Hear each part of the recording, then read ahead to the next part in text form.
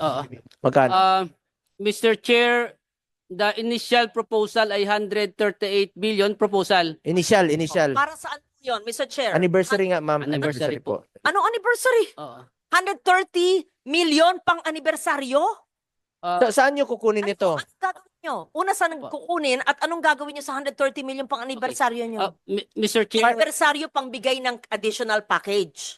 Hindi anniversary celebration, ma'am. Ang tanong ko lang kung saan nyo kukunin ito. Sa part ba ng working budget ninyo kukunin yung 138? Mr. Chair,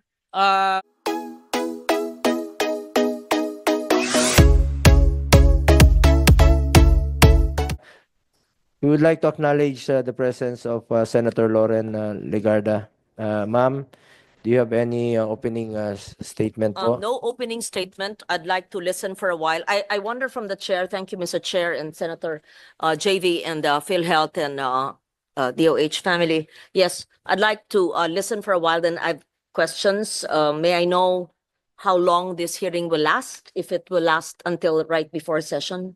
Yes, yes. Okay. Yes, I'll listen for a while and I will interject because I know that this hearing has been going on for a couple of hours and I might be repeating some of the questions that were asked, but I would, yeah.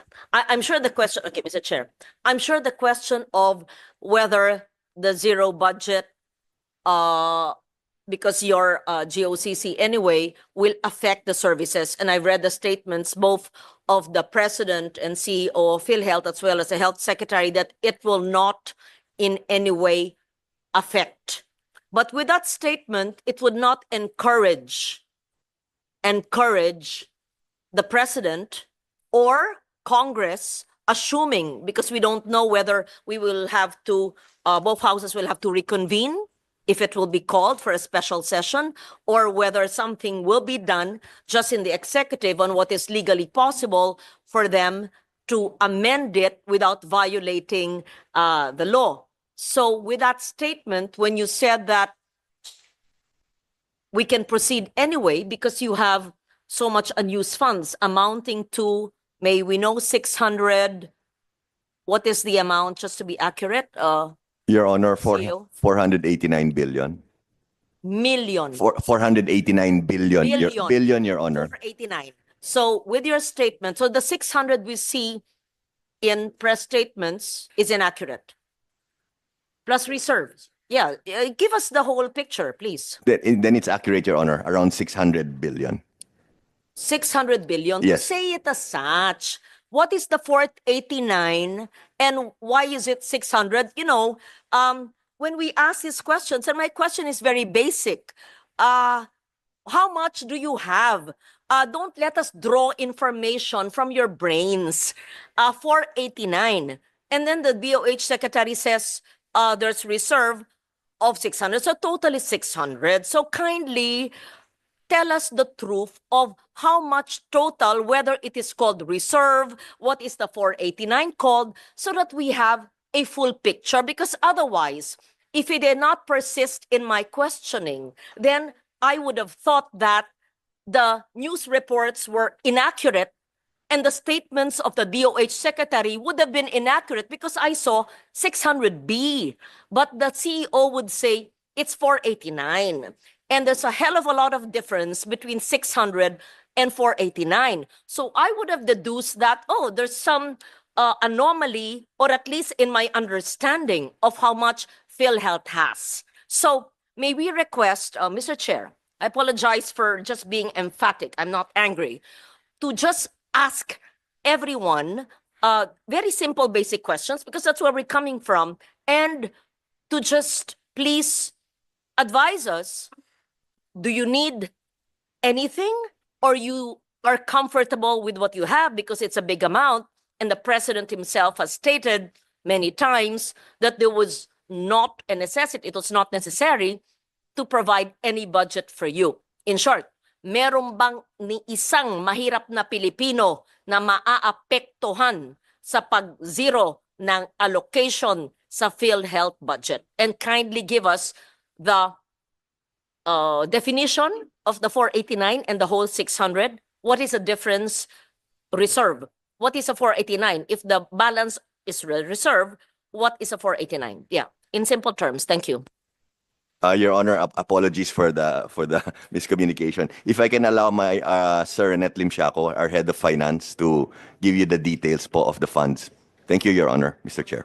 But Mr. Chair, if this was already put on record earlier, then I submit, then I will just look at the records. But if the 600 detailed of the funds was not yet given on record, that's important to us.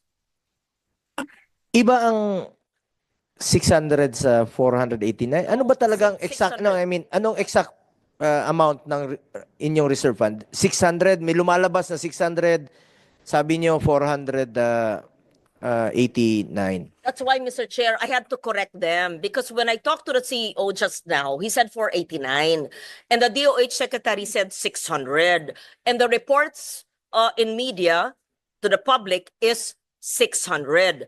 That is why he admitted it's actually 600. So kindly give us the breakdown of the 600 billion.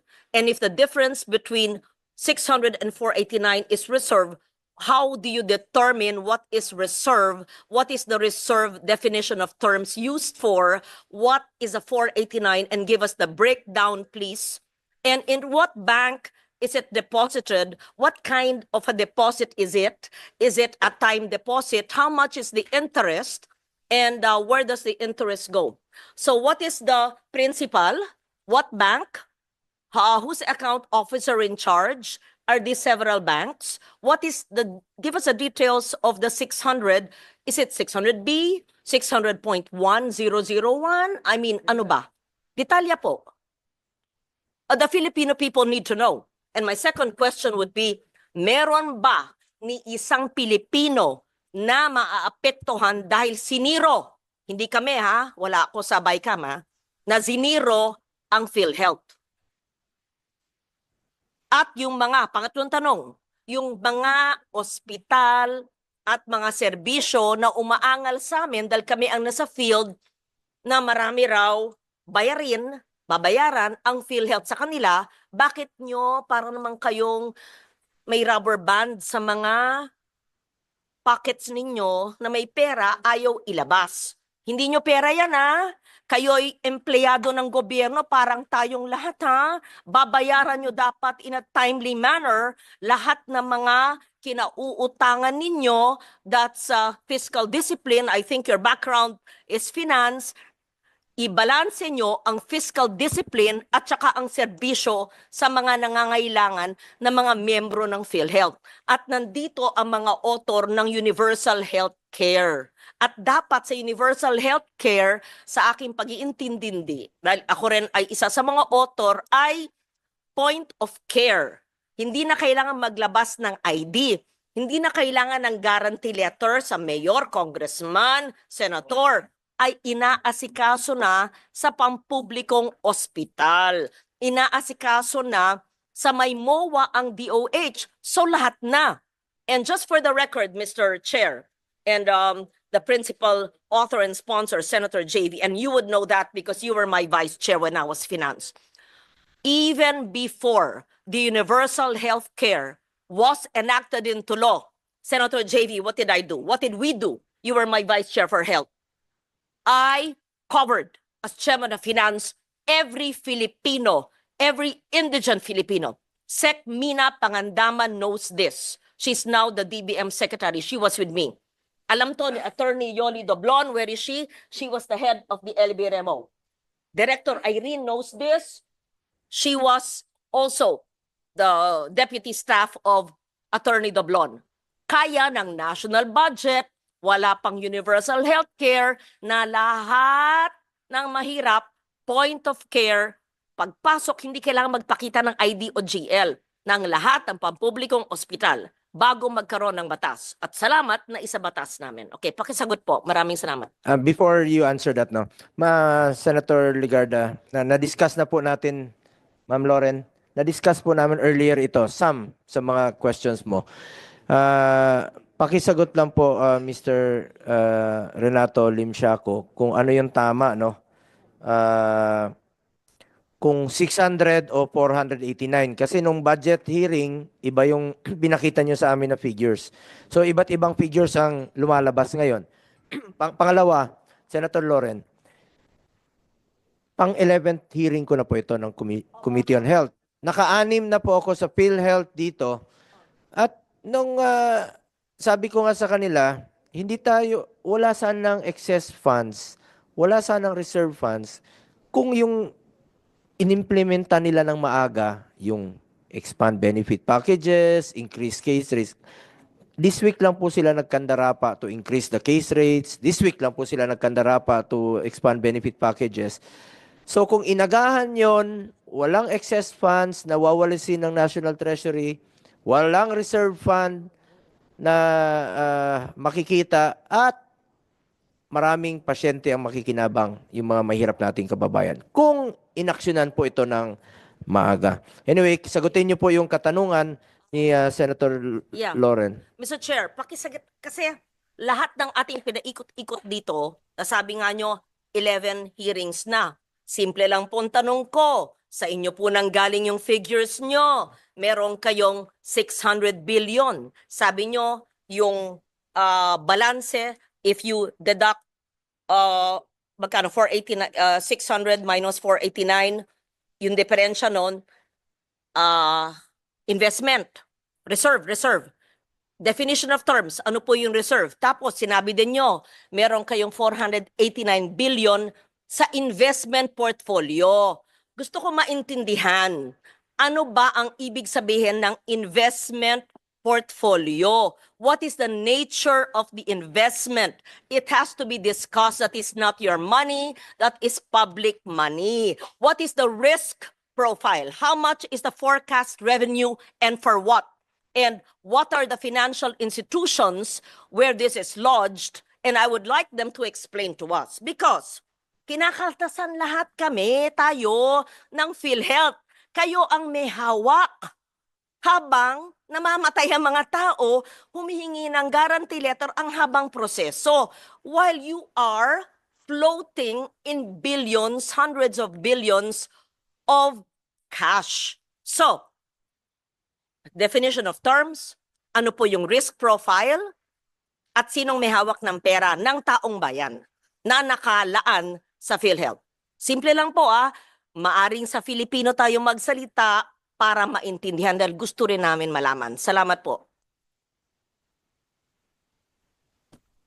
Mr. Chair. Pakisagot lang po na yung exact amount talaga ng reserve fund ninyo.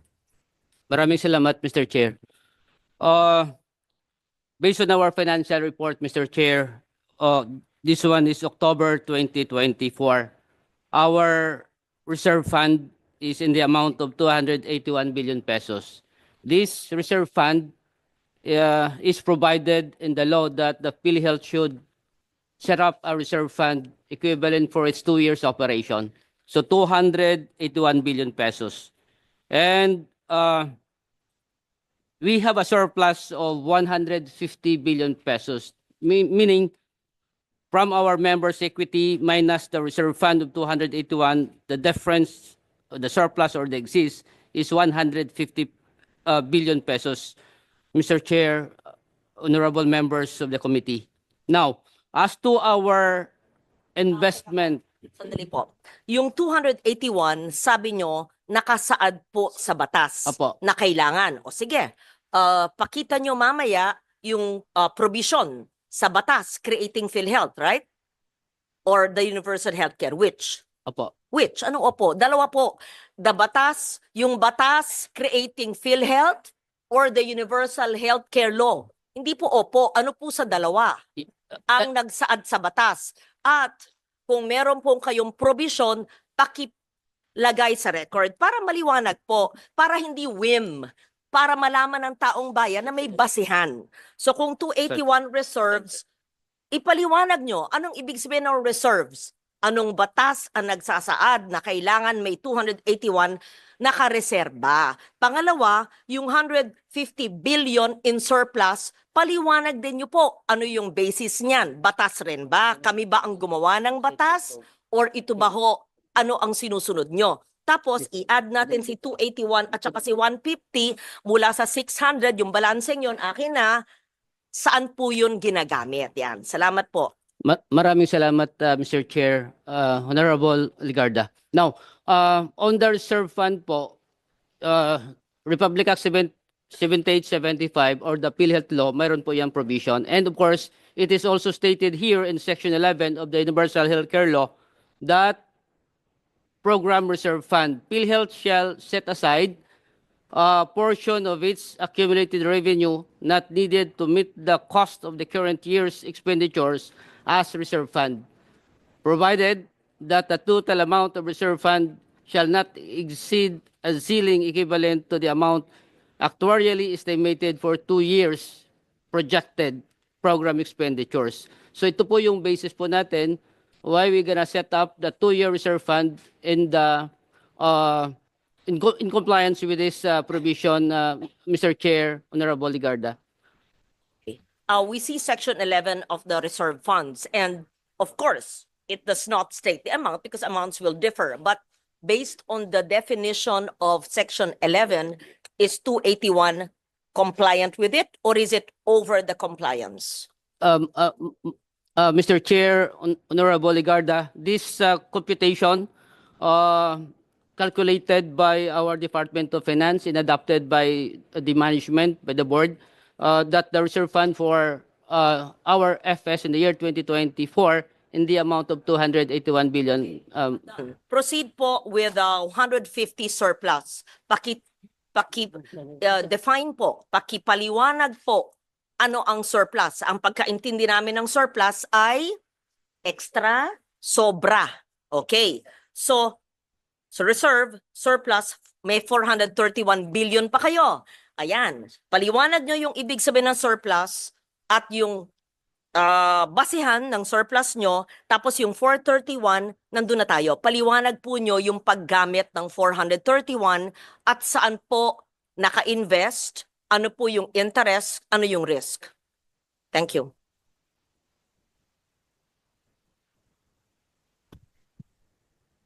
Maraming salamat, Mr. Chair, Honorable Ligarda. On the part of the surplus po, I initially in the year December 2023, wala ho tayong na-set up ng ganito. The initial that we have reserved ay 464 billion pesos. Now, with that computation of the EOF and adopted by PhilHealth, so yung sobra doon ay yun ang tinatawag natin na surplus. Now, for year 2024, sa beginning balance, in-add natin po yung income of PhilHealth na as September, mayroon ho tayong 46 billion. Binawas po natin din dito yung compliance to the Department of Finance Circular 003-2024 and the special provision of GAA 2024 that 89.9 billion pesos, Mr. Chair, Honorable Ligarda. So matotal, yung lumalabas sa figure po natin dito ay isang 150 billion pesos. So ito po, yung 150 billion pesos po ay po pwede po natin to improve our benefits or to reduce our contribution.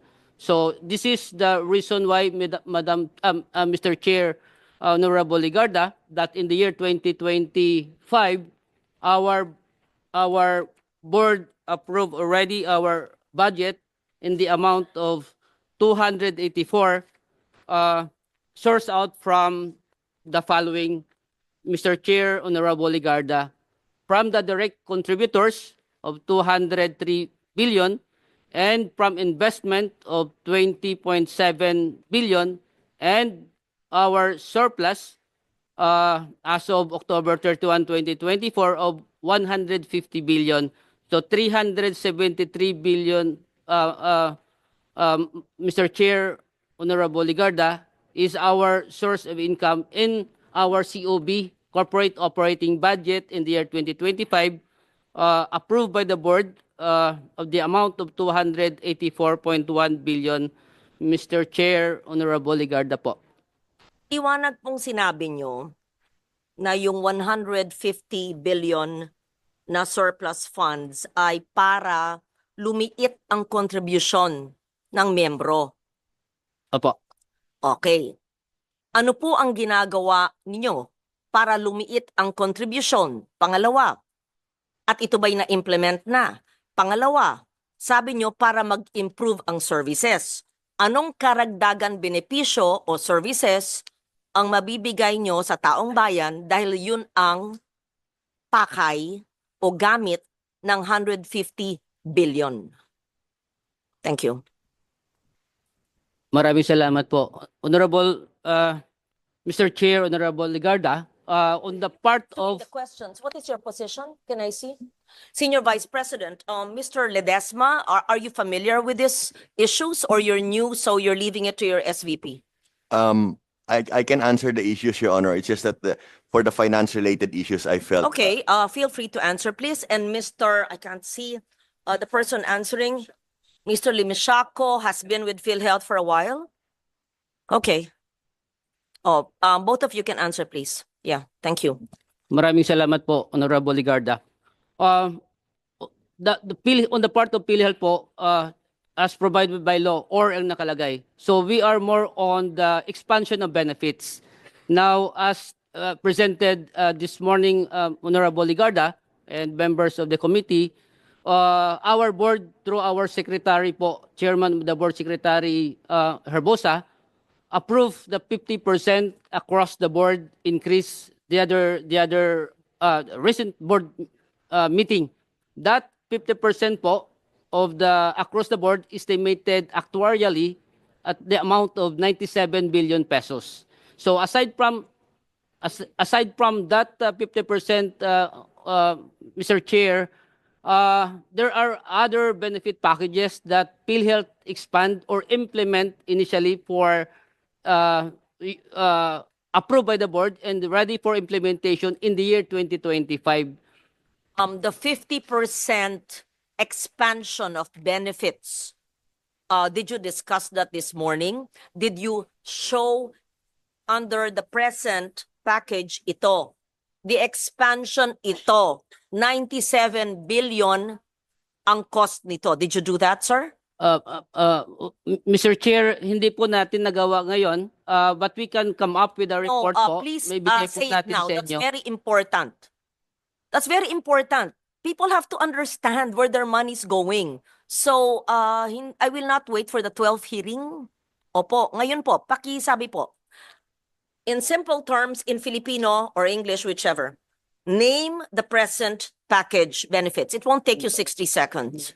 And what are the expanded benefits for the expanded package, and why will it cost us or the Filipino people 97 billion? Please explain.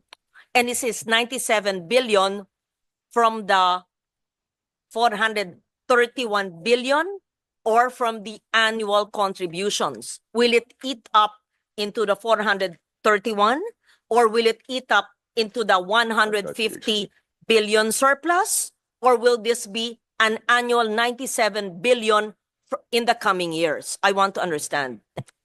Mr. Chair, Madam Senator, I just want to mention, no, to add what Sir Net mentioned earlier. So we did a 50% increase 2 nights ago during our last board meeting chaired by Secretary Herbosa. Last February 14 of this year, Mr. Chair, we also did a similar 30% increase almost across the board. So we did a 30%, Mr. Chair, Madam Senator, on February 14, and we did an additional on top of the 30, 50% 2 nights ago. So for a total, Madam Chair, of 80% increase. Sa screen. O yan, yung kanina, pakibalik po. So gusto namin makita yan. Nung Pebrero, 30% increase for case rates. Tapos, nung Abril, ang ibig sabihin yan, sinakop na ang breast cancer. Tama ba yung aming intindi? At saka yung mga nakalista dyan? Actually, Madam Chair, correct. Madam Chair, if I can mention very quickly, when we say increase almost across the board, that means almost, we have a total of 9,000 case rate packages, Mr. Chair. So when I say almost across the board, halos lahat po ng 9,000 po nakasakop doon. So Ibig sabihin yung 9,000, what are you referring to? we have different cases or case rate packages. Iba-iba po 'yon. Ang total niyan po 9,000. So pag sinabi po namin almost across the board or across the board, sakop po lahat po yung 9,000 na yan po. 9,000 packages? Yes po. There are Packages. 9,000 individual different case packages. Yes Case po. packages. Yes po. Ba't ang dami namang klase? Marami po yan po. Iba-iba. May mga nuances, iba-ibang Marami talaga po eh. Ganun Okay. po talaga. So, ibig nyo sabihin, yung 9,000, anong tamang salita? Package o case rate? case rate or benefit packages. Ayun na lang, simplehan natin. Benefit packages na lang, ma'am. Communicate po tayo sa taong bayan, yung maiintindihan. Kami mismo, di namin, kung tatlo ang definition of trust, pareho palang ibig sabihin. Di yung benepisyo, yung di ba? Mas madaling intindihan. Benefit packages, case. Yes po. Kaso ba? O ano ba? Yung anong tanong yung isa? Ang gulo nga eh. Benepisyo. Ayan. Meron po tayong 9,000. Benepisyo. Package. Ayun, 9,000. Iba-iba. Nag-approve po kayo ng 30% na increase. Lumaki sa benepisyo Yes po. Last February 14 po. nung Pebrero. Ano po ito? Anong saklaw? Ano po ang example ng inyong 30% in-increase? Hindi ba nyo babasahin lahat? O kung, example lang, 1, 2, 3. Para maintindihan po natin. In short, kung dati wala, ngayon, sa 9,000 benefit packages, sakop na ito. Ano po yon? Tapos, nung isang gabi, nag-approve pa po kayo ng 50% over the 30%. Ito yung cost. Ano po yun? Yun, example lang. Example po, ma'am. Pneumonia, ischemic stroke. Hindi covered ang pneumonia. Meron po pero in-increase po namin. In-increase Covered na po ang- dati pero yung amount in-increase po Okay, namin. magkano yung amount ng pneumonia bago ng February 2024? At nung Marso 1 ng taong ito, magkano na po ang pneumonia? Dahil napakalaganap ng pneumonia. Actually, Senator Lore, ito yung diniscuss namin kanina na napakaraming case rates na dapat nilang in-increase na noon pa. Sabi nila, 9,000 case rates daw ang pinag-aaralan nila. Meron nga po ako hinalimbawa kanina, Senator Loren, na meron pong mag-asawang pulis, ang kinakaltas sa sweldo nila, 3,006 a month, both of them, no? 43,000 ang na-contribute nila sa PhilHealth. Tapos nung nanganak yung asawa niya, 20,000 lang, nalugi pa sila sa kanilang na-contribute for the year. Sagot po Yearly yun. That's why we want to understand. Iyon ang what hindi pa when niya you say. nasasagot. Kanina ko Sagutin pa ko, Kaya tinanong. nga tinatanong ko po, yung 30% nung Pebrero at yung 50% ngayon. Aba, magandang pakinggan. 80%. Pero anong ibig sabihin nun? Anong benepisyo po sa mahirap na pamilya? Ayun, pakiliwanag po. Bakit naman? Kanina may ibang sumagot, ngayon ibang sasagot. Ano ba ito? Diba? Madam Chair, because COO, our Chief Operating Officer, is the one who oversaw all of the Sige increase. po, sige So po, with your makikinig permission po po. kami. Thank you Okay, po. Salamat yung po. 30%, example, pneumonia sinabi po nyo, dati naman covered na, pero explain to us please, when you increased in February and when you increased the other night, ano pong ibig sabihin nun? Mr. Chairperson, Honorable Senator Legarda, yung case packages po, all case rates na lang po, isang term lang gamitin, all case rates, ang coverage po ito is lahat ng diseases and lahat ng procedures, lahat ng surgeries na ginagawa. Ito po yung case rates para again sa lahat ng sakit and lahat ng procedures, including surgical procedures na ginagawa sa hospital, sa facilities, sa lahat ng accredited na healthcare provider. So, meron pong more than 9,000 case packages and in-increase po lahat ng case packages, in-increase natin ng 30% across the board. Lahat po. May exception lang po yung inuna natin na pag-increase dahil covered sila ng top 10 most burdensome disease. Hiniwalay po natin ito. So, at present po, nag-increase tayo ng 30% across the board. Kasi hindi natin maintindihan ng mga across the board 30%. Yung pneumonia nga, bago mag-Pebrero 2024, covered na po ang pneumonia, magkano po? Tapos, nung ginawa nyong nag-increase ang 30%, nag-increase pa ng 50%, magkano na ang coverage pag pneumonia? Yan ang, pneumonia na muna. Opo. For example po, yung pneumonia, yung pneumonia is 10,000 ang coverage po ng PhilHealth. For example, 10,000.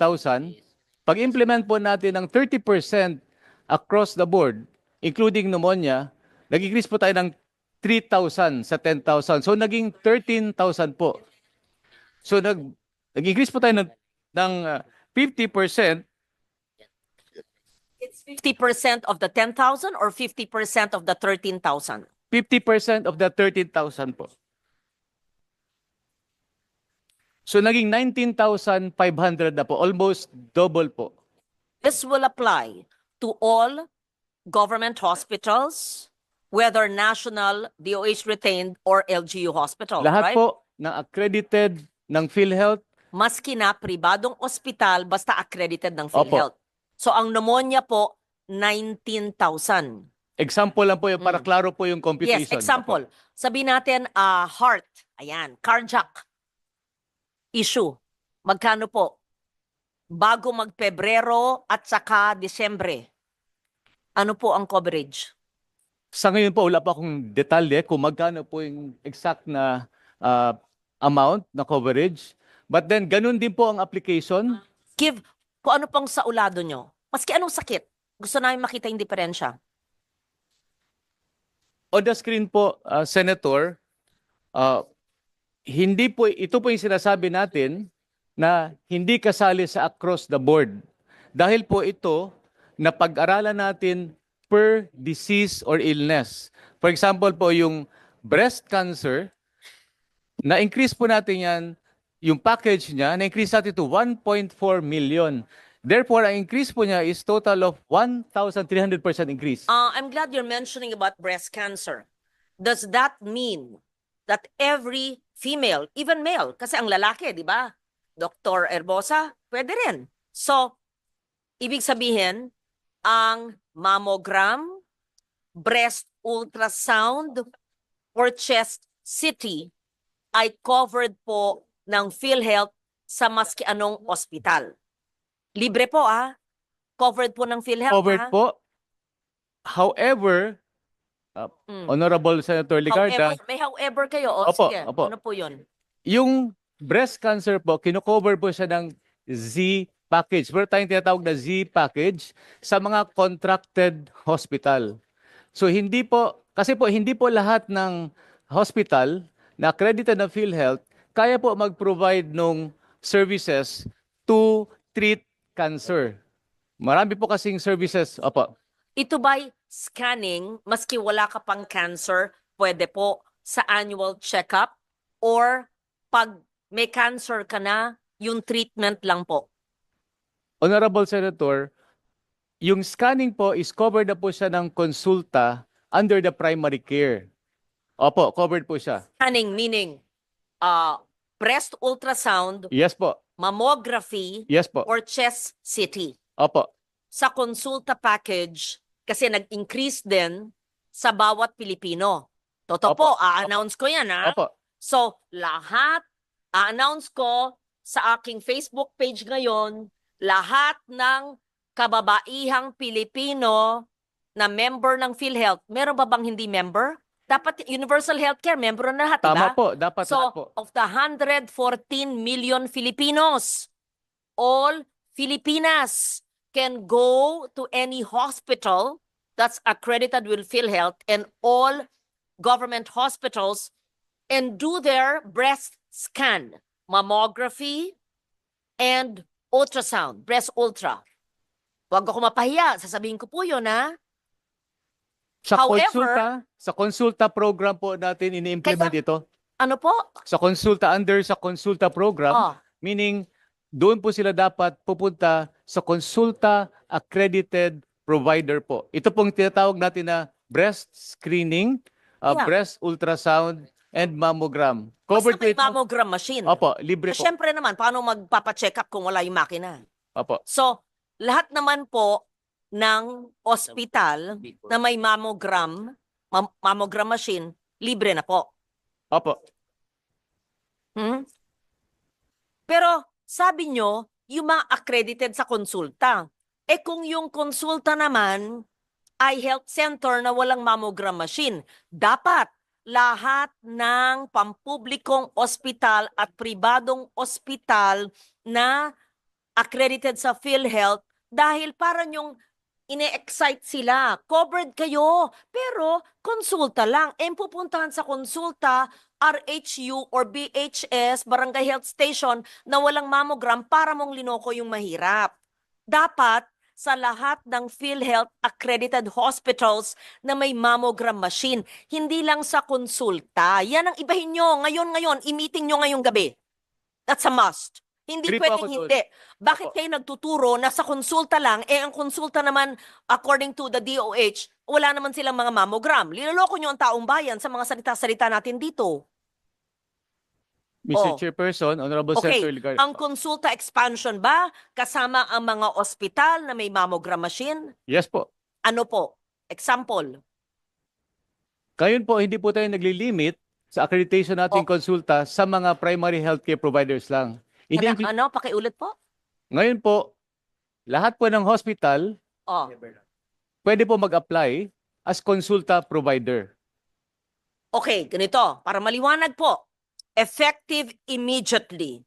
Lahat ng miyembro ng PhilHealth, babae man o lalaki, ay maaring pumunta sa ospital na may mammogram machine at magpa-mammography test. Tama ba ho? Ang commitment ko po na isi-strengthen ko po. Strengthen mo, ba't yung pinapangako ngayon na cover tas hindi pala? Strengthen mo hanggang end of office hours today? Hanggang kailan? Bagong taon? Sa end ng termino ko, 2028, kailan po?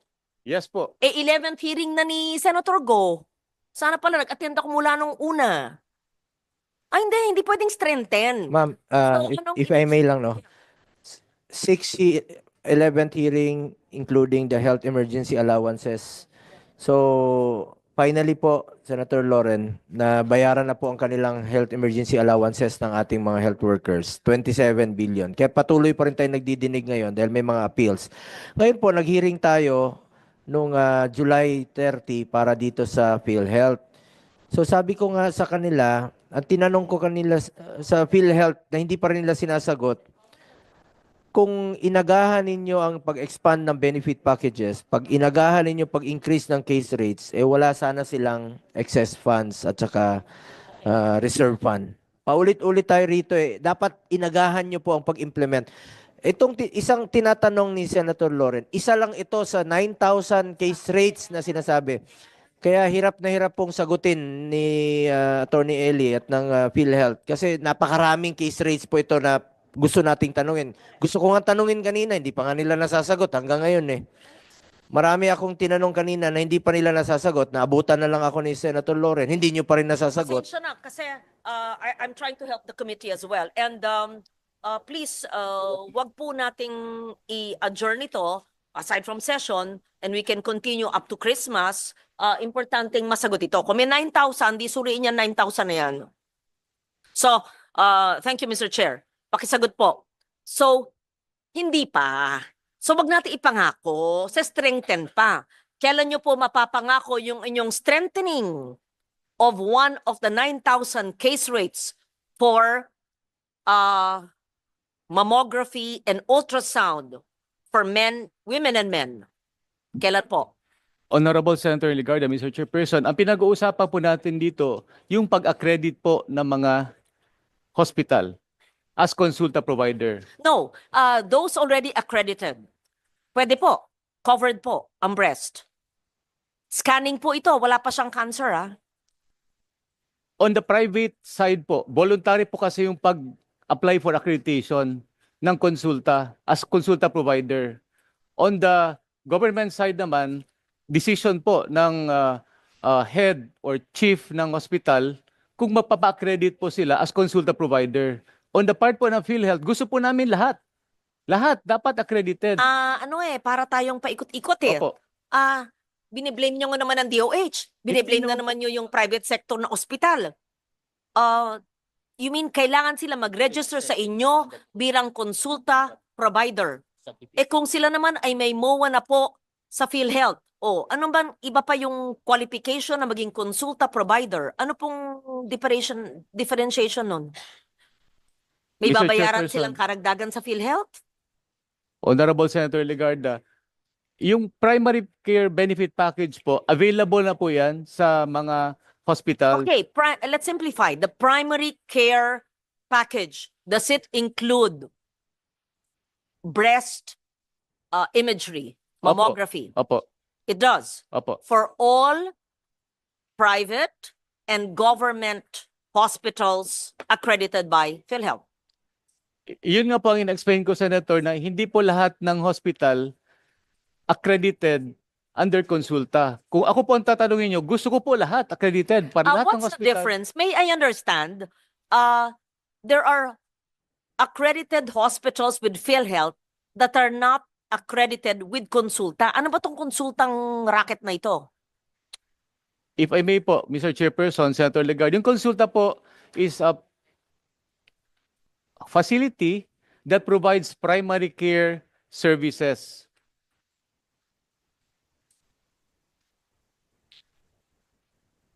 And yung mga level 1, level 2, level 3, and Apex hospitals po, nagpo-provide ng inpatient services. Simplified. One sentence lang. How do we ensure that the majority, if not all, of our female population have access to mammography and breast ultrasound for screening even before they contract, hopefully not, breast cancer? I-accredit po natin lahat ng mga hospital po. But those already accredited, the women can avail. As consulta provider po. Yes So po. yes na nga. Opo, yes po. Ano ba yung konsultang yan? Ba't ang tawag nyo konsulta? Yeah, primary care benefit. The consulta package is a primary care benefit package of 1,007 per ulo or per person na i-register in a primary care facility. And then you pull that amount of money, for example, 20,000 per doctor. You pull that millions and the local government should be able to provide services, laboratory and whatever. So kulang talaga kasi a mammogram is 4,000 pesos in the private sector. Maybe in the public sector, makuha mo libre kung indigent ka. Pero sa private sector, magbabayad ka minimum 4,000.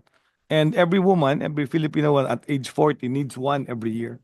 So gusto ko lang at least, I am with you, ma'am. Alam ko yung Oh, gusto na. po nyo, iniintindi ko lang si PhilHealth, magulo sila kausap. Ano ba talaga ang maaaring i-avail po ngayon as we speak ng gustong mag-breast screening? Yung mga may konsulta package na ospital, pribado man o panggobyerno na accredited ng PhilHealth. At ito ba ho ay marami? At yung mga ospital ba ito ay meron pong mga makina? Or baka naman yan ang mga walang makina, wala tayong sinasabing pwede nilang i-avail. Honorable Senator Legarda, at present po, meron tayong 2,900 accredited consulta providers Okay. over the Sa country. meron. Opo. Yun nga, sa 2,900, ilan na may mammogram? Hindi po lahat. Hindi Kaya po lahat nga, may mammogram. Ilan nga dun? I assume po na lahat capable dahil accredited po sila, accredited. Okay, I will let you go on that. Please give us the list of all PhilHealth accredited medical institutions, hospitals that have consulta packages, that have working machines for breast screening. We'll submit. Post it Honorable on your Senator. Facebook page and any PhilHealth member can avail. Tama po? Okay. At ang advokasya po natin, lahat sana magmembro. Ganun ba ho? Opo. Magmembro. Hmm? Yeah, Marestrado. Okay, next. We now proceed with the increase in your 150 billion that you said will increase the packages. So 30%. Okay. Then the other night, someone said, the CEO said that you increase it by 50% more, right? Which will cost you 97 billion. Who will answer the question? What is this 97 billion? Will it come from the 150 billion that we're talking about, which is part of your 600? Or is it going to be part of your annual collections so that it will be covered? So that we understand, sir.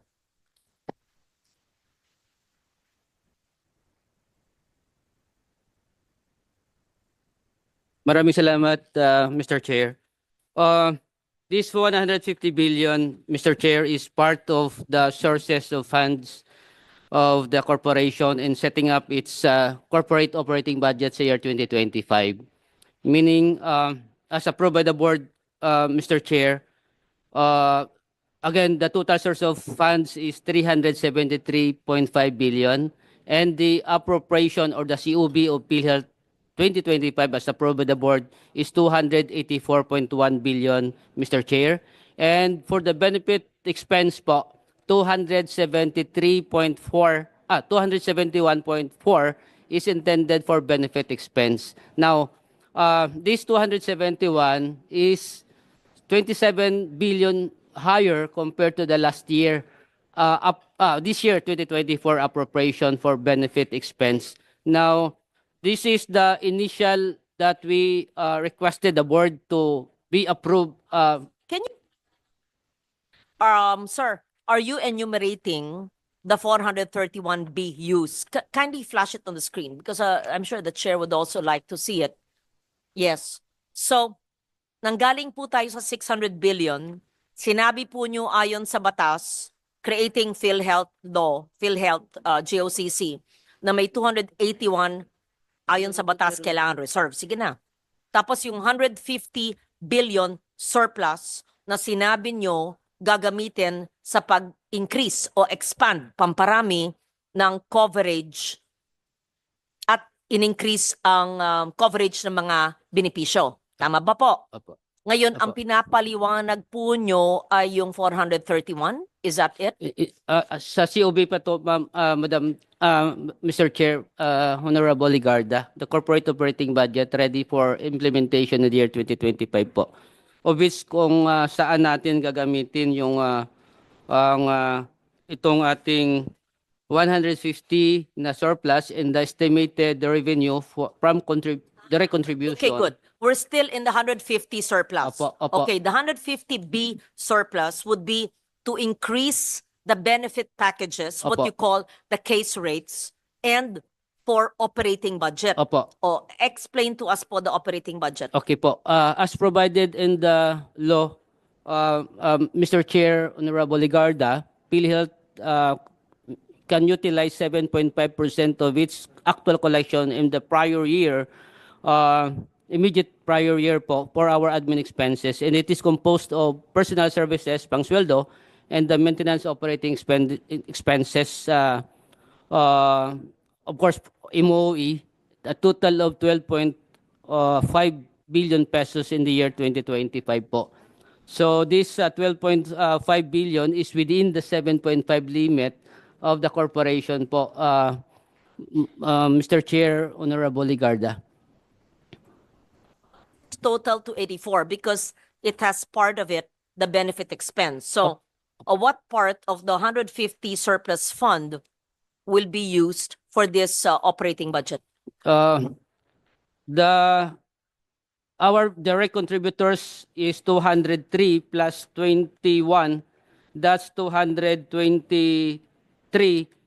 223 minus 271.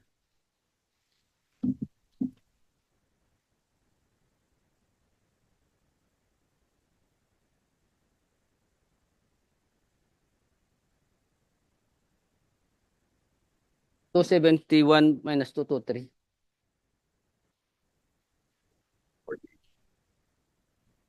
48.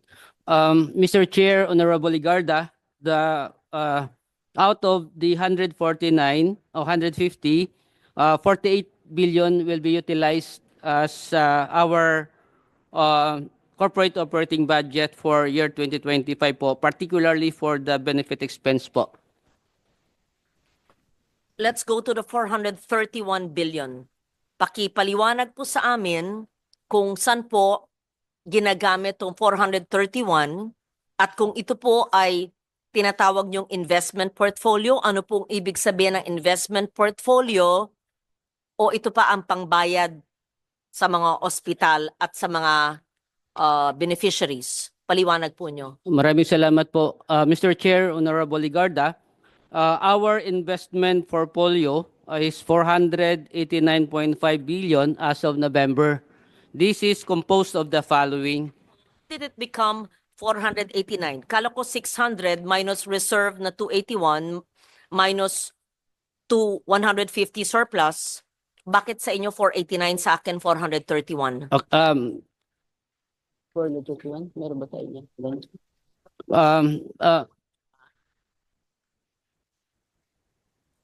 400. Sa inyo nang galing yung figures just now. 600, Uh, then 281 reserve, 150 surplus. That's Okay. 431, right? Yes po, Mr. Chair, Honorable Ligarda, that's our members' equity reserve fund plus the excess and or the surplus, which we discussed a while ago, that 150 being used in the year 2025 as one of the sources for our corporate operating budget. Now, I am going to go to the asset side and discuss our investment portfolio and our assets. Now, as of Be talking about 431 or 489? okay. Again, we will be discussing now, ma'am, the 489.5 as our investment portfolio na po tayo. Okay. Are we ako simple lang. 600, 281, 150 ang balanse for 31. Yun pong hinihinging kong utilization nyo, anong tawag sa pondong yan, saan pwede legally gamitin. Pero ang sabi po nyo, 489, which is which po? Okay po. Okay po, ma'am. Again po, ma'am, the surplus 150 and the reserve is 281, that's 431. That is part of our members' equity. Now, let's proceed. 431. Apo. Okay. Total ng dalawa po. 600 minus 431. What's 600 minus 431? Mr. Chair, Honorable Ligarda, punta na po ako sa 600. Explain ko na po siya. 100 Apo. already. No, but 281 and 150, total 431 is part of the 600, right? Yes. It's Ma'am, different? Different figure po to. I don't Okay. understand. Sige po, ma'am. Explain teka. ko po ng klaro. Ibig nyo sabihin, iba pa yung, meron kayong 600 billion, meron pa kayong 281 billion na reserve, at meron pa kayong 150 billion na surplus? Kala ko po, itong 281 at 150, total 431, ay parte ng 600. Explain Iba ko pa po, ma'am. Hindi, ma'am. Explain ko siya ng konti. Go ahead. Sige, Sige, pa-explain kasi nalilito na kami. Kaya Iba kailangan yung ko po sinasabi ipapaliwanag. iba yung nababasa namin, iba yung sinabi mo sa plenary, iba rin po yung sinasagot nyo rito. Opo. Sige Ano, po. para sa kaalaman po ng mga kababayan nating nakikinig at nangangamba sa kanilang benepisyo mula sa PhilHealth, paliwanag mo po ano yung 600 billion, kung parte ba itong 431 o 489. Okay po. Paki-simplify lang po. Yes po. Wag niyo pong lituin ang ating mga kababayan. Yes po. Ang pinag-usapan po natin dito actually kung sa accounting po, balance sheet to. Balance sheet, we have the assets equals liabilities plus equity. So this equity, ang pinag-usapan natin na surplus and reserve is part ng members' equity. So sa kabilang right side po siya. Now, ito pong dalawang ito, That's 281 and 150, 431, Apo, ha? apo. Okay po. okay po, yung back up nito o sa kabilang banda niya, yung asset po natin, ito yung sinasabi na 600 po, we have as of September 628.2 billion asset, total asset po. Total asset that is cash in the bank. Cash, non-cash, including mga properties po ng korporasyon, Teka. total po to. Hindi. Yung 600 na yan, bigay nyo yung breakdown. So, Yes po. ibig sabihin, Yan mo ako ng ano, balance. 281 and 150, Yan yung balance. 431 billion, iba pa sa 600. So, meron kayong Papel. 600 plus 431. Ha? Okay. So, Saan nyo So, mali kukunin? pala ang balita. Hindi lang pala 600 ang meron kayo. 1 trillion. Ma'am, 1 trillion. Sabihin explain ko nyo. ma'am. Explain ko ma'am ha. Sige, paki-explain mo na. Explain ko po ma'am. Mr. Chair, explain ko lang siya ng konti. Again, 628, babalance ito eh. Because again, the asset should be total to the liabilities and members' equity. Now, on the part of the asset natin, we have 628.2 as of September. Sa 600, Ulit. Ang pinagsimulan po natin yung 600 billion na nababasa namin sa pahayagan at nang sinabi po ng DOH na meron po ang PhilHealth. 600 billion cash. Kanina, isang oras na yata tayo, lahat ng kasamahan nyo, including ang CEO at yung abogado, sinabi na meron daw kayong 281 na reserve at 150 na surplus. Sabi nyo, CEO and attorney, parte ito ng 600B. Sinasabi po ngayon ni Mr.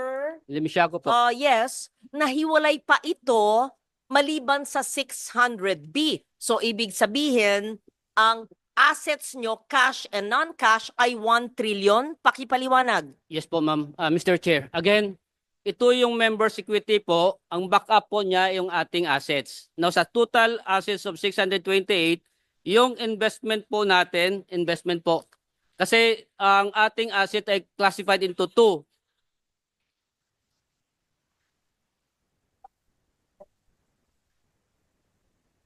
Quiet mo na or pakinggan muna natin kung gusto lumabas na lang muna yung magsasalita dyan. Maraming salamat po. Again, ang ating asset po ay dalawa po to. We have current and non-current assets. Now, on the part of our investment portfolio po, Ilagay sa screen. Sabihin nyo, ba't sana i-flash on the screen? mayroon pa tayong papapakita natin doon. Papakita natin. Oo. Papakita natin doon. Sige. Sige, pakibasa ko. Ma'am, Mr. Chair, Honorable Ligarda, again, dalawang klase po yung ating assets, current and non-current assets. Now, as mentioned by our PCEO, the total investment portfolio, 489, dito po siya nasa asset po. So, ibig sabihin, our reserve and our surplus, ang backup niya ay ang ating assets. Now, sa asset po nito, malaking 489 Opo, malaki assets. Op- And these are current assets. investment portfolio po yung Kaya nga, 489 po. 489. Opo. Investment portfolio. So, Ibig sabihin, ito po ay cash na ini-invest po ninyo para ini-invest po nyo sa bangko, sa financial institution na meron pong interest. Tama ba ho? Opo. Okay? i-breakdown meron po kayong- natin, ma'am. Ano po? I-breakdown po natin. One question lang. Anong Sige. kinukonsider mo ba ang PhilHealth as negosyo o medical insurer? Health insurance po tayo. Health. Opo, very clear po sa amin na health Paintindi insurance. sa mga kababayan natin. At pangalawang tanong, saan nyo kukunin ang inyong working budget for next year na 200, how much is that? 280? 281. Saan nyo kukunin dito sa sinasabi ninyo? Opo, the source of our 284 corporate operating budget sa year 2025, estimated direct contribution of 203 billion, investment income of... Direct contribution, ito yung amin. Amin to. Atin po, atin. Atin yun. Opo. Kaltas sweldo natin. Opo. So, yung sweldo natin, ito yung sa working budget ninyo next year. Opo. Kasama po Nakolekta siya na dyan. to, hindi pa. That is estimated po. na Estimated makukolekta pa, po kukolektahin natin pa. Sa Okay. 2025 po. Out of 283, magkano? 284 po. Oh, 203 ay estimated. Yung Correct. 81, saan nyo kukunin? Ang again, yung other portion, my investment income estimated at 20 billion, Mr. Chair. And the difference of 48 ay kukunin natin siya doon sa surplus. Sa surplus na siya. 48 billion yan. Sandali So po. may pagkukunan kayo. Opo, may Okay. Can you pagkukunan assure po. the public na makukuha to? Yes po, Mr. Chair, Honorable Yung, Ricardo. yung 30th anniversary, saan kukunin? Ah, Hindi nyo pa sinasagot. 30th anniversary Yung po, gastos nila sa 30th anniversary. kasama po siya dapat sa COB 2025. But Saan nga kukunin doon sa pondo na yon? oo. Anniversary, the board approved the 323 for the stamp. Saan nga kukunin doon? 323,000. Doon kukunin sa inyong working budget itong Okay. gastos sa anniversary. Doon kukunin. Mr. Chair, as discussed kagabi sa House, that 323,000 galing sa 2024 extended validity. Yun muna yung in-approve po ng management and ng board. Magkano yung expected, bigyan ko kayo ng chance naman to explain. Magkano yung expected or projected niyo ng gastos sa anniversary ninyo? Oo. Magkano? Mr. Chair, the initial proposal ay 138 billion proposal. Initial. Para saan po yun, Mr. Chair? Anniversary nga, ma'am. Anniversary po. Anong anniversary? Oo. 130 million pang anibersaryo? Saan nyo kukunin ito? Anong gagawin nyo? Una, saan kukunin at anong gagawin nyo sa 130 million pang anibersaryo nyo? Mr. Chair, Anibersaryo pang bigay ng additional package. Hindi anniversary celebration, ma'am. Ang tanong ko lang kung saan nyo kukunin ito. Sa part ba ng working budget ninyo kukunin yung 138? Mr. Chair, ito po ay again proposal pa lang siya. Proposal. Kaya nga, Pag kung matutuloy na-approve siya ito, ng saan board, kukunin? Ay kukunin siya sa corporate operating budget Sa sa part pa rin admin, ng working team budget OOA. ninyo. Yes Oh, po. ilang pasyente ang matutulungan yan? Yan, ang pinapakompute ko sa inyo. Baka naman pag, let's give them the benefit of a doubt, Mr. Chair, anniversary budget, 30 years na sila, 137 million, 138 Opo. million. Sabihin mo nga, sir. Siguro naman, hindi naman yung Christmas party or celebration. Siguro naman hindi biyahe. Siguro naman hindi pagkain ng mga officers. Siguro, ito ay pagpalaganap ng mga package. Di ba po? Ano ba yung 138 million? Ma'am, Eh, Mr. Chair. Oh, ano ba? Mr. Chair, sorry. Pakisagot lang, no? Yes. Yung 138 million, saan gagamitin at saan ang gagaling? Tapos balik sa tanong ko na yung 600 billion at 431 billion, hindi pa rin maliwanag kung pareho ba to o iba po. Mr. Chair, we'll just explain very quickly, just for the purposes of to expedite the discussion. What was approved by the board and what was decided in PhilHealth already is the budget for the 30th anniversary was brought down to a few 100,000 pesos only. So maybe we can just, to clarify everything, there's nothing, there's no hundreds of millions, there's no millions. So just so that we can continue with the discussion, please. Yun ang tinanong ko kanina at sabi mo, you will explain it later. Yes. So nauna nyo pong sinagot yung mga tanong ni Senator Ligarda kaysa sa mga tanong ko na hindi pa rin nasasagot until now. Pakisagot muna. So just to answer nga very quickly, Mr. Chair, we are only planning to spend a few 100,000 pesos for 30th anniversary. Yan lang po, wala pong mga excessive spending So ibig po. sabihin, Just to simplify the discussion. projected pa lang ito. Actually, may mga proposal, Proposal. but Sandali, with this, sandali. Hindi pa natutuloy. So good. Hindi Thank you for asking that. Hindi pa natutuloy. You're spending a few hundreds of thousands, but we see on the board, it is not consistent with what the CEO is saying. It's 137.7 million. What is this? An invention, a proposal of some brilliant person? Buti na lang, merong nagkontra at may board. Ano ba ito? Gala night. Gala night. And Sports Fest, 32 million and 13 million. Habang ang dami-daming nangangailangan ng healthcare. Anyway, erase Yes. na ito. Who's the smart person who yeah. gave this? Mr. Chair, this was endorsed by a group inside PhilHealth. Sino So, yung grupo? You have to name the group because you have to enlighten that group. Kung hindi po dinis-approve ng board ito at hindi kami nanunood sa inyo, walang oversight function ang Senado, ang Congress, Mis- you could have because you're a GOCC. We don't watch you every day. Mr. Chair, Mr. Chair, Sino Madam, po ang brilliant na It's- nagbigay nito? we have an anniversary committee. Sino po ang head ng anniversary committee? The anniversary committee po is headed by Mr. Ray Balenya po. Yes. Can that person, please, not now, don't waste our time, give a memo to the chair of the finance committee of the health committee on why the person and the group thought of using 137 million of PhilHealth funds for giveaways and a gala night. We will submit, Your Honor, we will submit it within the day to Congress, no? A sports 2 meet years to the for Senate. 32 million in a gala night with PROs, I hope it's at GROs, at 13 million. And a gala night with HOs for another 4 million, blah, blah, blah. And, okay. We don't, and umbrellas for 7.9 million? What's this? Special tokens and umbrellas? Senator Lauren, Ma'am, if I may lang simplified po, no? discussion, all of those. Kaya nga, projected o plano niya lang po, kaya ang tanong ko lang naman po sa inyo kanina pa, kung sakaling natuloy po ito, ilang pasyente po ang makikinabang dito? Ilang pasyente po ang naghihingalo na matutulungan dito? Ilang buhay pa po ang masasalbar dito?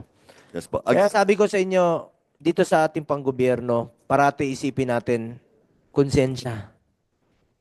Back to the 600 Thank billion. Yung mahiwagang 600, kasama ba ho ang 431? Iba pa po. Thank you.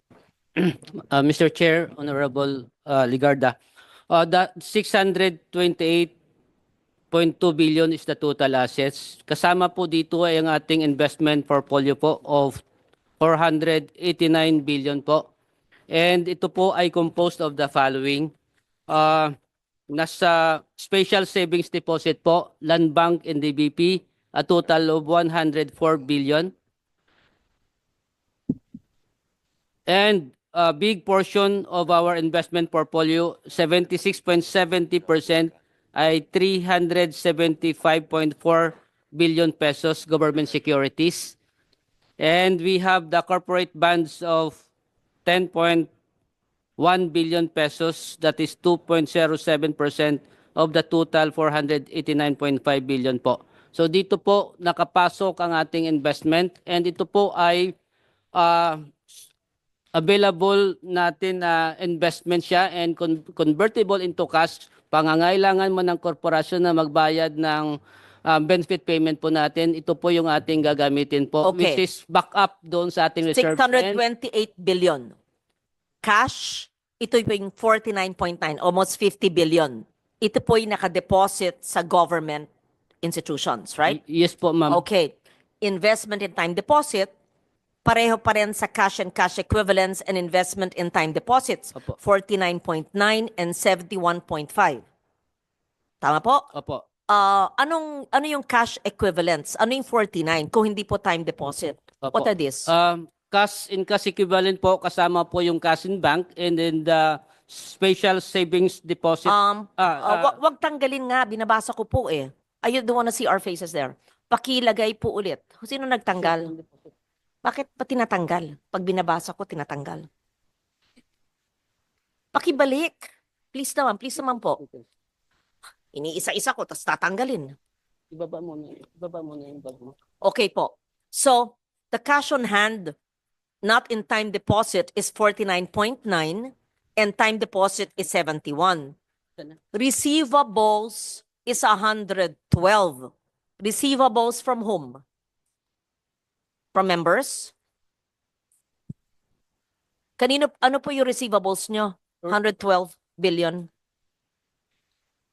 Receivables, Mr. Chair, Honorable Ligarda, receivables from national government, NGA, of 77 77 billion. No, it says here po 112.9 billion, 2024. Opo, 112 po siya. Breakdown po yung binabasa ko ngayon. The breakdown. Then Apa. say so. Because I cannot read your phone. Sir, Apa. pag nagbabasa po ako, iba po yung sinasabi nyo, so I get confused. So, Apa. you could kindly say it on the mic because Apa. we're recorded. Opo, Thank you. thank you po. So, of the 112, what's the breakdown, sir? Receivable from national government, this is 77 billion. Receivable from direct contributors, 52 billion. Accrued interest receivable from investment of 6 billion. Of course, this is 130 billion more or less, Mr. Chair, Honorable Ligarda. And allowance for impairment, pinabawas po natin, is 24 billion po. So that's the net of 112.9 Okay, billion. ano pong ibang current assets nyo? Very broad ang nakalagay po. Ano yung 1.6? 1.68 billion. Ano po yun na current assets? If it's not cash or time deposits. Water. Can you ask for the plain water? Thank you. Other What is assets, Mr. Chair,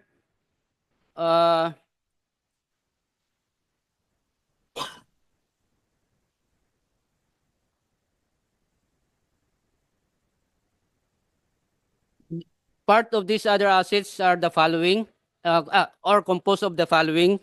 We have the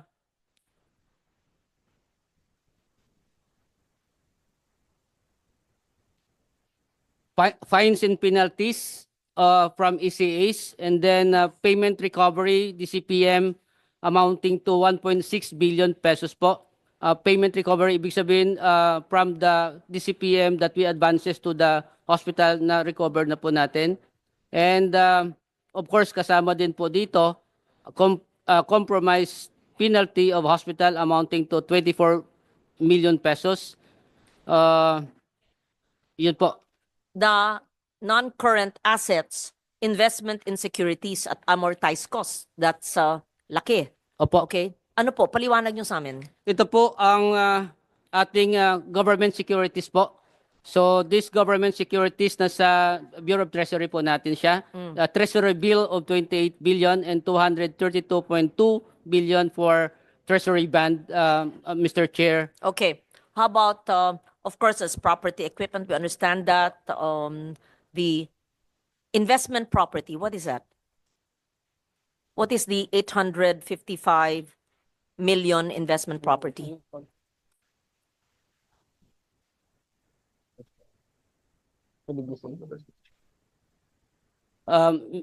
Mr. Chair, Honorable Ligarda, this investment property are lupa nasa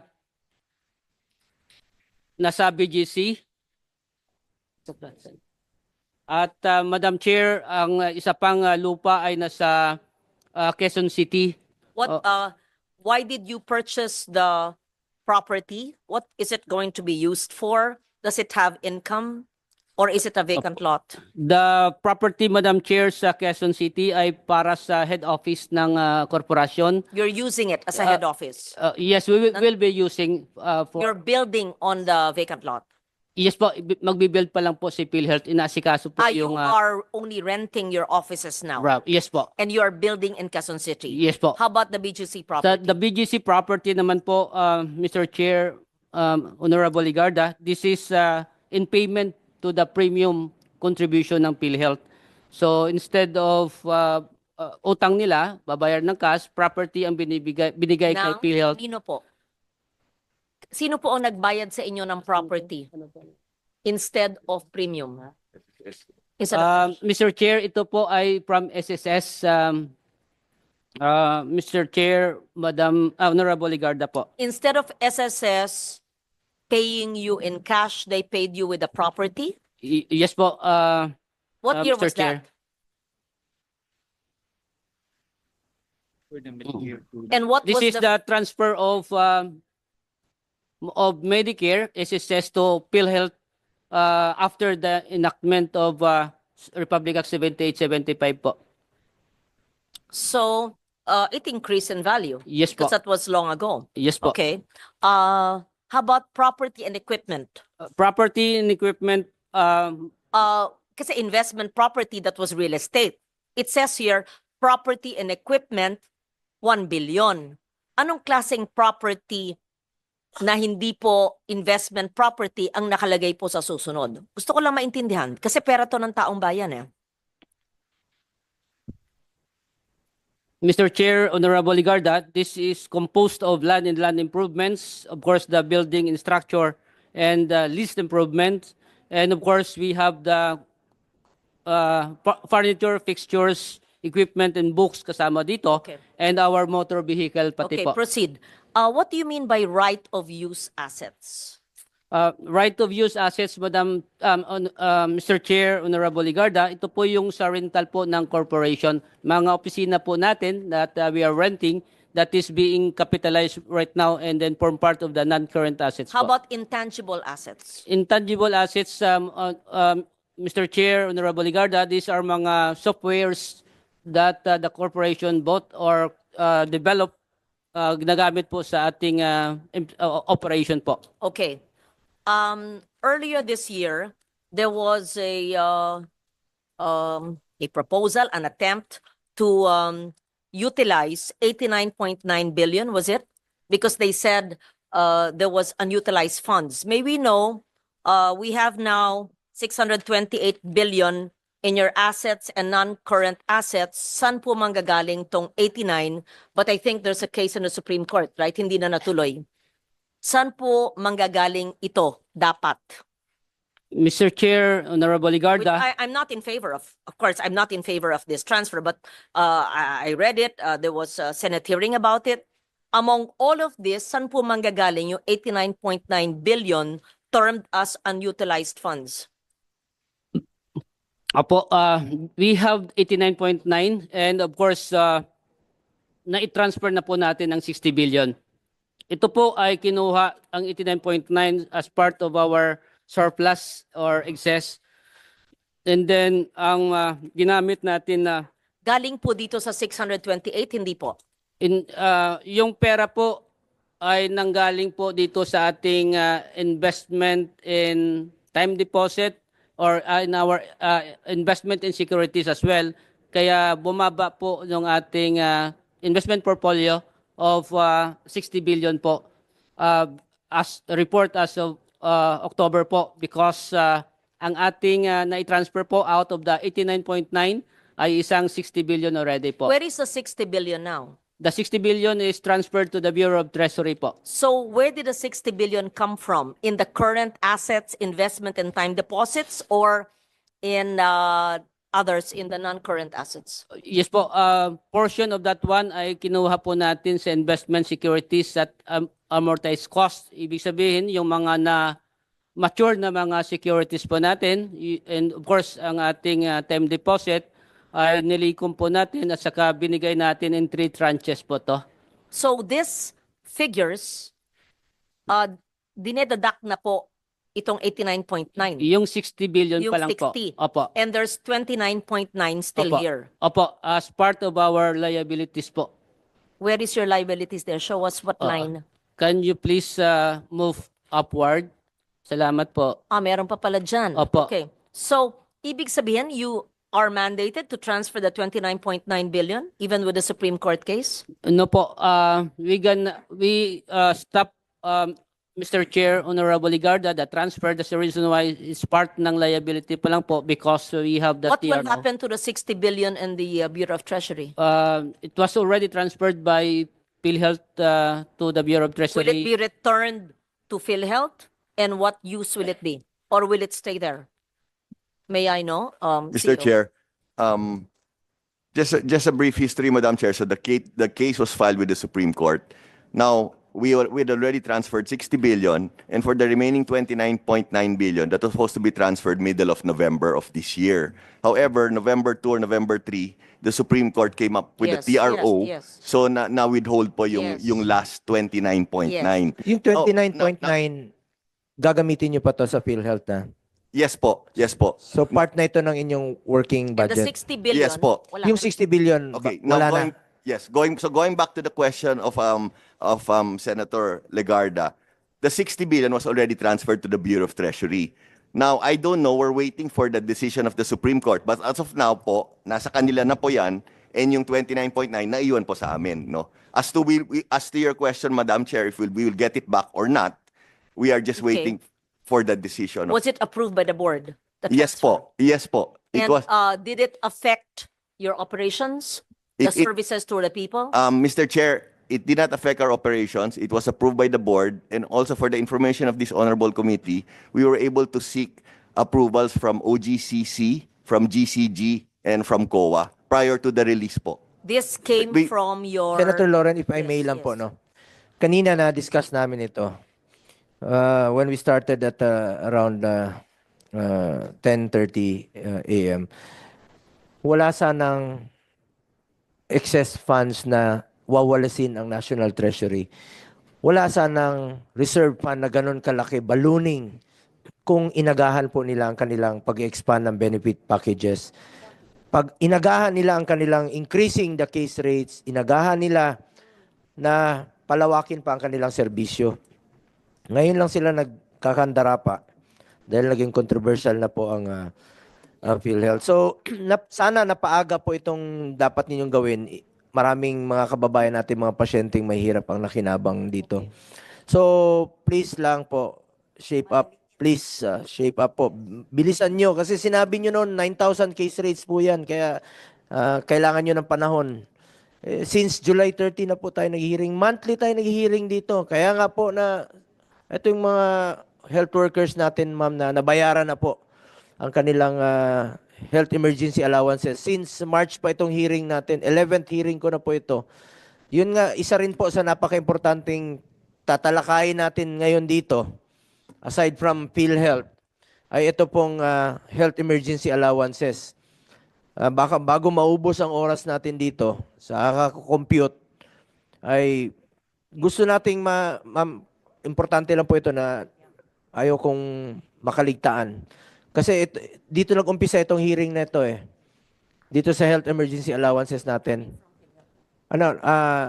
Una-una, issue about health emergency allowances na services rendered na pinagpawisan, pinagpaguran po ito ng mga health workers natin. Sa ating pagpupursige, salamat sa DBM at DOH, finally, nabayaran na nila, nababa na yung pondo sa regional offices. Ang tanong na lang po ngayon is how about the appeals? Kasi ang daming nainggan yung mag-claim. Dahil nagkaroon sila ng pag-asa na babayaran po sila. Some updates lang po. Before that, I would like to acknowledge Senator Bato de la Rosa. Mr. Chair, I'm very much interested to know that. Can I just wrap up? Yung 60 billion nang galing sa investment, securities, and time deposit. Ngayon po nasa Bureau of Treasury. So, merong loss of earning capacity through the interest. Magkano na ang nawalang interest dahil linipat nyo sa Bureau of Treasury, dati kumikita po ang investment sa under your time deposit and investment securities.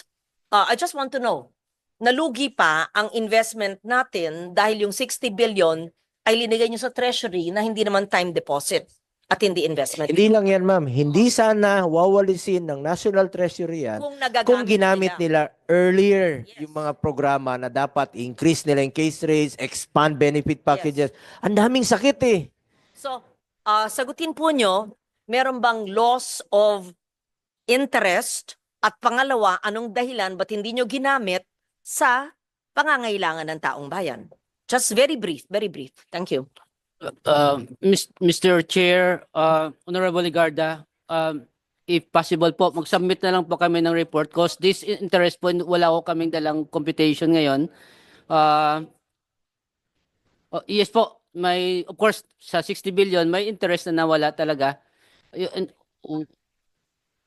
Paki-compute nga. Paki-submit rin po dito, paki-compute yung gusto ni Senator Lauren. Submit niyo po dito sa komite.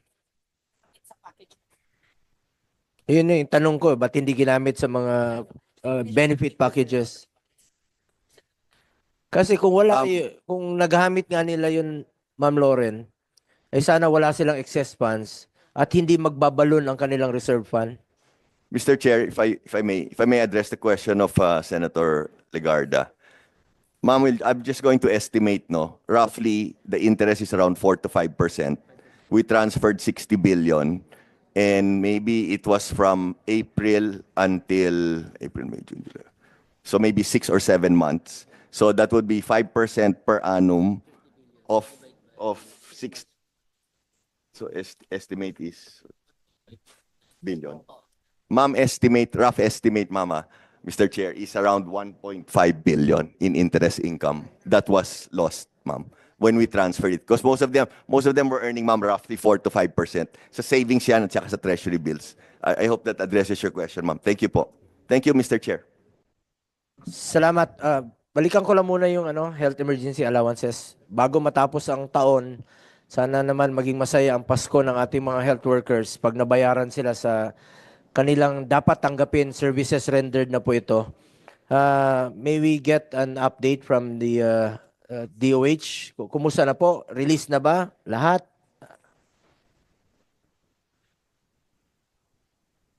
Ikaw, Yusek Bravo, ikaw sasagot o si? Mr. Chair, Honorable Senators, good afternoon.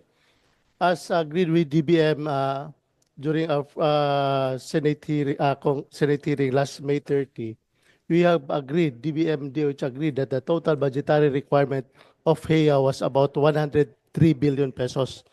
At that time, out of the 103, we were short of 27 billion. That's the reason why DOH, we have no funds for that purpose, so we requested DBM for possible funding sources, the 27. So, yung 27 billion na-release na. Yes. Na, Saan na ngayon? Nasa... na as early as July, we have already released it to all our regional offices. And we were, based on our earlier last report, I think 95% of the 27 billion were already released to the barangay health workers. bakit po marami pang mga health workers sumisigaw hanggang ngayon ng HEA? May taga Naga. Sino ba yung mga invited dito? Ayun, from Naga. Sino ba yun? Mr. Chair, Ayun. Ilang grupo kayo? From Naga. Saan kayong grupo? From Camarines Norte Provincial Hospital po. Saan po? Camarines Norte Provincial. Camarines Norte Provincial Hospital. Yes, Oh. Naga, anong grupo kayo? Mr. Chair, magandang hapon po sa inyong lahat. Ako po ang City Administrator ng Naga City. Sa ngalan po ng buong lungsod ng Naga at ng lungsod ng Naga upang dalhin sa inyo ang panawagan ng aming mga healthcare workers, medical man o non-medical. Nagsakripisyo po at naglingkod ng buong puso noong kasagsagan ng COVID-19. Narito po ako upang iparating ang kanilang panawagan para sa nararapat na HEA. Isang pagkilala sa hanggang ngayon ay marami pa ang hindi nakatanggap nito sa aming lungsod dahilan sa mga technical na rason. Sa panahon ng pandemya, ang Naga City ay naging sentro ng COVID-19, surge sa buong Bicol Region. Dahil po sa aming posisyon bilang regional hub ng kalakalan, edukasyon at komersyo, hindi maiwasan ang mabilis na pagkalat ng virus. Ngunit hindi nagpatinag ang lokal na pamahalaan. Tumugon ang aming mga kawani, medical at non-medical workers sa panawagan ng serbisyo. Sila po ang nasa harapan ng contact tracing, testing, border control, quarantine, facilities at lockdowns. Ginampanan nila ang lahat ng ito ng buong tapang at dedikasyon. Nang dumating naman ang vaccine rollout, muling umaksyon ang lungsod ng Naga. Hindi lamang po mga Nagenyo ang aming binakunahan, kundi pati mga bumabiyahe na mga karatig na lugar. Ginawa po na namin ito upang mapibilis ang pagbakuna alinsunod sa utos ng national government. Maraming mga kawani ang muling tumugon, lahat po sila naglingkod at nagsakripisyo. 2 linggo po ang nakaraan, December 3, Mr. Chair. Pumunta po ako sa opisina ni Secretary Herbosa. Dala ko po ang letter mula kay Mayor Nelson Ligason. Ang letter of appeal ng aming lungsod, nakaagad namang ibinaba ng DOH Secretary's Office sa Bicol Center for Health Development. Ngunit noong December 12, nalungkot po kaming makatanggap ng sulat mula sa tanggapan ng Regional Director na declined ang aming apila dahil natapos na daw ang deadline ng COVID-19 Risk Exposure Classification.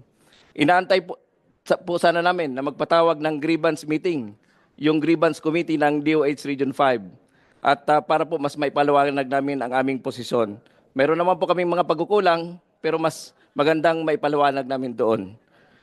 Kami po ay binaliwala nito ang kanilang mga sakripisyo at pinagpakita na tila hindi mahalaga ang kanilang ginawang paglilingkod. Kung tatalikuran po natin sila ngayon, para na rin nating tinanggihan ang diwa ng bayanihan na siyang nag-alis sa atin sa kadiliman ng pandemya. Natutuwa po kami at narito ngayon si Secretary Herbosa, yung buong team ng DOH National at sa inyo po, Senator Bongo, na kayo mismo nag-aasikaso nito. Sana po mapanggingan ang appeal ng Naga City na mag-convene ang Bicol Regional HEA Committee para po mas may paliwanag namin kung bakit kailangan namin mag-appeal dahil marami pong taga-Naga na nagsakripisyo na hindi nabigyan ng allowance ng HEA. Salamat po sa pagkakataon na ito, Mr. Senator, at magandang hapon po sa ating lahat.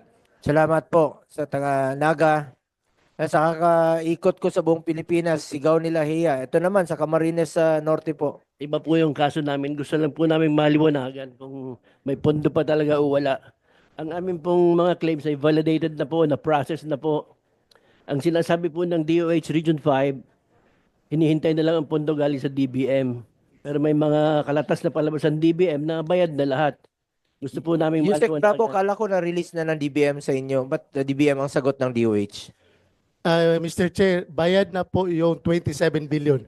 Yung nire-request nila, nag-submit sila past the deadline.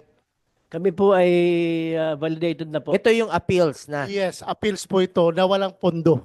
So walang pondo. So anong plano ng DOH dito? Because walang pondo ang DOH for this HEA, we requested this 5.3 billion sa DBM. Unfortunately, DBM also denied it kasi wala rin silang pondo. Services rendered to eh. Ayan nga, sir. Pero wala tayong pondo. It is for this reason, after sa first submission sa appeal sa 5.3, nakatanggap pa kami ng another 1.3 billion. So 6.7 billion na ngayon yung past the deadline. So ang mangyayari dito, Mr. Chair, napag-usapan namin ni Jose Rolly Toledo sa DBM, we will try to include it in the program fund for 2025. In the event na hindi masama sa 2025 ang program fund, we will include it as our 2026 DOH budget proposal as tier 1. So isasama nyo sa, kung hindi nasama sa program 2025, isasama nyo na sa tier 1 sa regular budget na ng DOH. Sa proposal for 2026, For 2026. after sa validation sa grievance committee namin. So, past deadline na po itong claims nila. So, appeals po ito. Pero services rendered na ito. Yes, services rendered but nagkaroon tayo ng deadline. Ang first deadline natin was in December 2023. Hindi nag-submit. We have a second deadline sa February. And then the third deadline during our agreement sa Senate hearing, that was May 13, na umabot tayo ng 103 billion, na short tayo ng 27.